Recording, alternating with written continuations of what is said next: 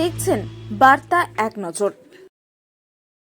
পান্ডুয়া বিদ্যালয়ের স্কুলের বাচ্চাদের মিড ডে মিলের রান্না এবার রাস্তার ওপর শুরু হলো গ্যাস জ্বালিয়ে রান্না। ভিডিও নিজে না আসলেও তিনি তার প্রতিনিধিকে পাঠান, তাদের আসতেও উঠল না অবরোধ। তাদের দাবি ভিডিওকে এখানে আসতে হবে এবং লিখিতভাবে জানাতে হবে, তারপর উঠবে অবরোধ।